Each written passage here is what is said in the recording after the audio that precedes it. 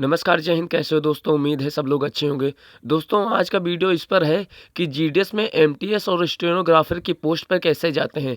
जी हाँ दोस्तों, जब मैंने बताया था तो कई लोगों का ये सवाल था कि सर एमटीएस की जो पोस्ट होती है और स्टेनोग्राफर की पोस्ट होती है उस पद पर कैसे जाते हैं, और जीडीएस में जाने के थ्रू भी क्या इसमें जा सकते हैं। और दूसरी बात यह है दोस्तों कि फिफ्थ मेरिट लिस्ट के साथ साथ कहाँ की लिस्ट और आ सकती है, क्योंकि 31 दिसंबर के अंदर सारा प्रोसीजर पूरा कर लेना है। तो आज की बात इसे पर करेंगे। देखिए दोस्तों, एमटीएस जो होता है, मल्टीटास्किंग सर्विसेज होता है, वो क्या होता है, एक तो एमटीएस होता है जब एसएससी कराती है उसमें किसी भी डिपार्टमेंट में आपको जॉब देती है, ठीक है। अलग अलग डिपार्टमेंट होता है, क्योंकि एमटीएस सिर्फ जॉब दिलाने का काम करती है। एमटीएस कोई ऐसा डिपार्टमेंट नहीं है, कोई सरकारी दफ्तर नहीं है कि जहां आपको जॉब मिलती है। एक तरह से समझ लो कि एक टेंडर होता है, एक होता है एमटीएस के पास होता है कि वो वैसे कैंडिडेट सेलेक्ट करके और आपको देती है। कोई भी बड़ी सरकारी संस्था जो होती है वो कहती है हमें इस प्रकार के बंदे चाहिए जिनमें ये क्वालिफिकेशन होनी चाहिए, ऐसा ऐसा होना चाहिए, तो एमटीएस वैसे बंदों को छांटकर उस कंपनी को सौंप देती है, ठीक है। एमटीएस का काम ये, सॉरी मतलब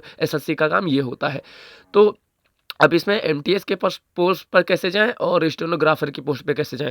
दोस्तों इसका विज्ञापन आता है एमटीएस का और इसका और स्टेनोग्राफर का। देखिए जैसे आपको स्टेनोग्राफर के पद पे जाना है तो आपके पास क्या होना चाहिए, ग्रेजुएशन की डिग्री होनी चाहिए, कम से कम आपके पास ग्रेजुएशन की डिग्री होनी चाहिए। अब उसमें आप बीए बीएससी बीकॉम कुछ भी किए हों। और उसके बाद में क्या है दोस्तों, आपकी टाइपिंग स्पीड भी होनी चाहिए, कम से कम 30 वर्ड पर मिनट होनी चाहिए अगर आप स्टेनोग्राफर की पोस्ट पे जाने चाहते हो, ठीक है दोस्तों। वो एमटीएस की बात करें तो उसमें भी उसका विज्ञापन आता है। देखिए दोस्तों, सबसे अच्छा रास्ता जो होता है वो ये होता है कि आप सबसे पहले जीडीएस में अगर आपका नाम हो गया और आपने कुछ 3 साल तक लगभग जॉब कर ली है, तो उसके बाद में क्या होता है, आप डिपार्टमेंटल प्रमोशन के तौर पर उसके लिए अप्लाई कर सकते हो। डिपार्टमेंट प्रमोशन में क्या होगा, आपका एग्ज़ाम तो होगा, जैसे एमटीएस का एग्ज़ाम होता है वैसा एग्ज़ाम तो होगा, लेकिन आपको क्या होता है, जब आप डिपार्टमेंटल प्रमोशन लेते हो तो उसमें क्या होता है कि मैक्सिमम क्वेश्चन थोड़ा आप कुछ क्वेश्चन आपके उससे आ जाते हैं सर्विस से रिलेटेड, यानी कि आप जो 2 साल 3 साल 4 साल 5 साल 10 साल जो सर्विस किए हो उससे भी रिलेटेड क्वेश्चन आते हैं, तो थोड़ा सा ईजी हो जाता है। तो जो लोग जीडीएस में जाना चाहते हैं या है तो वो क्या कर सकते हैं, जब भी फॉर्म निकले तो वहाँ अप्लाई कर सकते हो। उसके बाद में आप ग्रेजुएशन है तो स्टेनोग्राफर के लिए भी अप्लाई कर सकते हो और एग्ज़ाम देकर अच्छे से उसमें अपनी पोस्ट पा सकते हो। उसमें क्या है दोस्तों कि आपको अगर आप एमटीएस के पोस्ट पर जाते हो तो मान लीजिए आपकी बेसिक सैलरी जो होगी 30 से 35 हज़ार होती है, और जो स्टेनोग्राफर की होती है वो 55 से 60 हज़ार होती है। तो ऐसा इसका सिलेक्शन होता है। बाकी दोस्तों इस पर मैं पूरा वीडियो बनाऊँगा तब डिटेल में बता दूंगा आपको, ठीक है।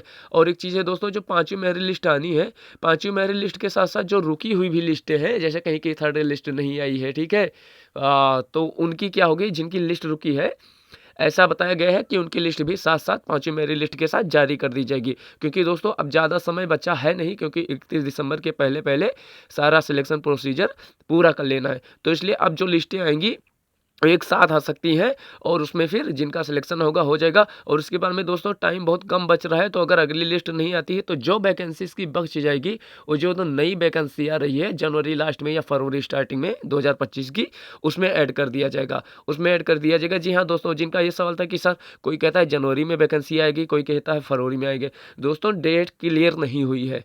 एक जगह मैंने जब सर्च कर रहे थे तो एक जगह मिला था कि 4 फरवरी को आएगी, ठीक है। तो 4 फरवरी को आएगी, तो मैंने इसलिए बताया कि लगभग 4 फरवरी तक आ सकती है।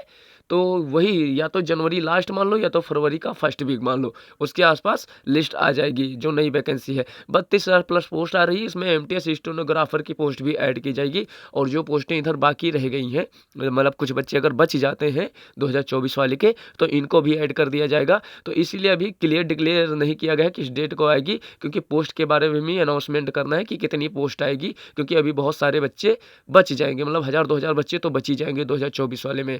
तो इन सबको ऐड करके तो फिर अनाउंसमेंट किया जाएगा। तो जब भी इसका अपडेट आता है मैं आपको बता दूंगा, ठीक है। तो अपना ख्याल रखो, फिर मिलते हैं पूरी वीडियो जब लेकर आऊँगा एमटीएस और इसके स्टेनोग्राफर की। तब तक के लिए नमस्कार, जय हिंद।